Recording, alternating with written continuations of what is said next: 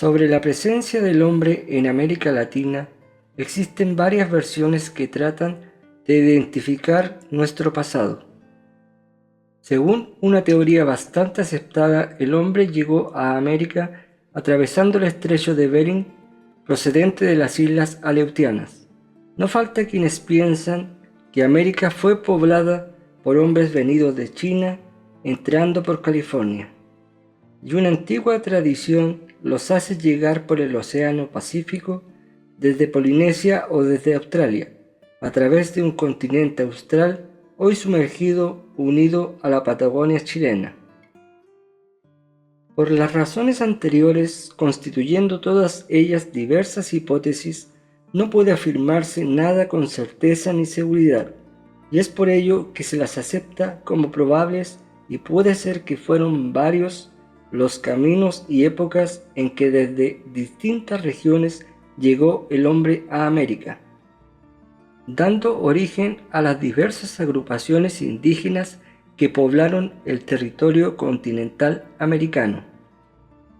Poblaban América del Norte los Pieles Rojas, los iroqueses, los hurones, los algonquinos, athabascas, natchez, dakotas, apaches, esquimales y otros. En América Central estaban radicados, entre otros, los aztecas y los mayas, y en el sur el gran imperio incaico. El imperio azteca estaba formado por aborígenes de México que dominaban el país a la llegada de los españoles. Según sus propias leyendas, procedían del norte y tras haber dominado a los demás pueblos de la meseta del Anahuac, hacia el año 1325 de la era cristiana, fundaron su capital, Tenochtitlán. Los aztecas organizaron un estado teocrático y militar de base tribal. Se dividían en 20 clanes llamados calpullis, al frente de cada uno de los cuales había un calpuyec, cuya misión consistía en repartir las tierras y los productos. La base de la economía del pueblo azteca era la agricultura. Entre sus productos se encontraban el maíz, cacao, frijoles, algodón y tabaco.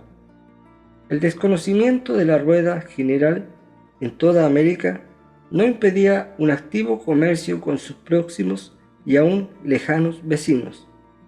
La religión politeísta tenía ritos que incluían los sacrificios humanos, generalmente de prisioneros.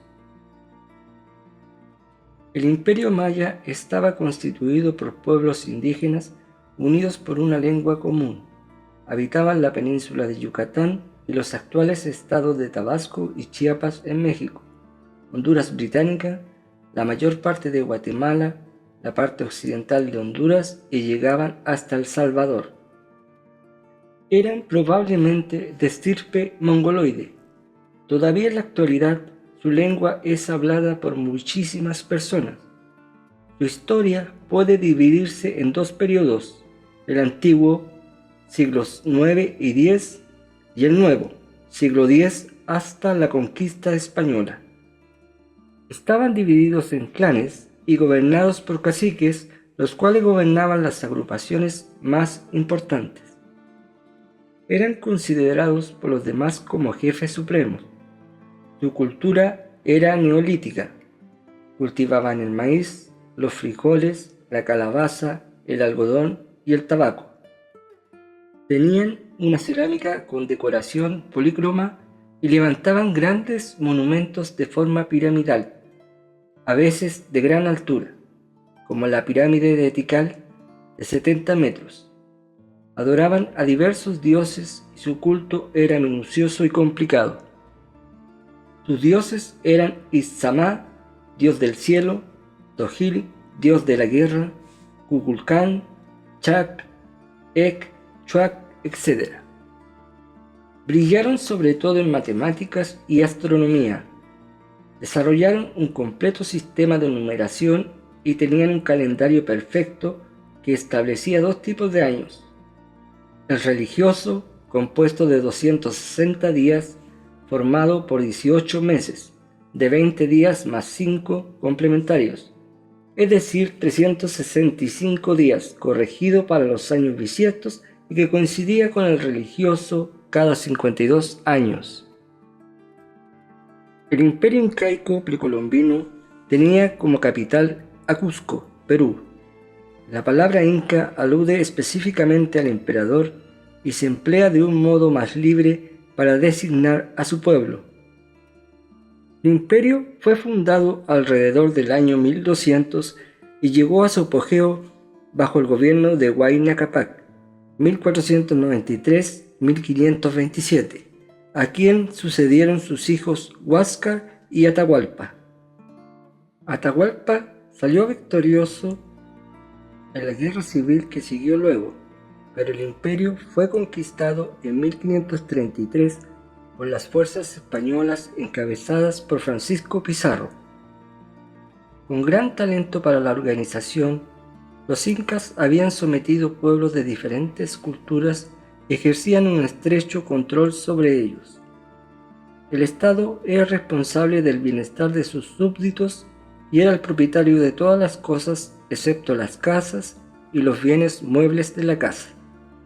Cobraba impuestos que eran pagados con prestación de trabajo.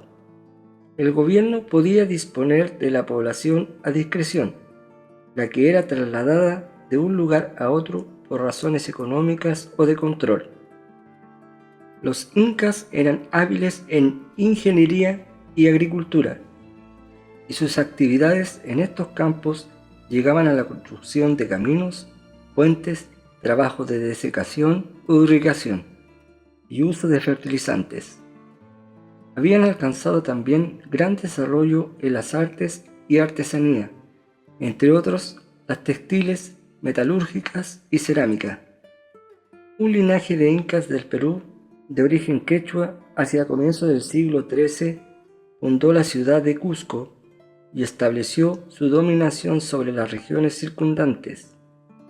El fundador de esta dinastía fue, según la tradición, Manco Cápac, a quien sucedieron Sinchi-Roca, que organizó el ejército, Yoki Yupanqui, que conquistó los territorios del lago Titicaca.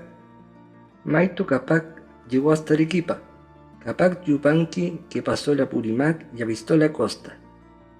A mediados del siglo XV, esta familia había conseguido una amplia dominación representada por los incas Pachacuti Yupanqui 1438-1471 y Tupac Yupanqui, que llegó por el sur hasta Chile y por el norte hasta Quito.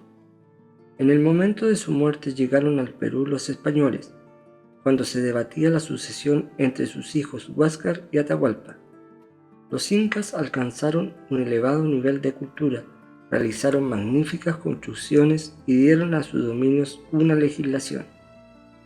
Bajo el reinado de Tupac Yupanqui en 1460, se llevó a cabo la invasión a Chile y solamente alcanzó hasta el valle de Coquimbo. Allí sometieron a los atacameños y a los dieguitas.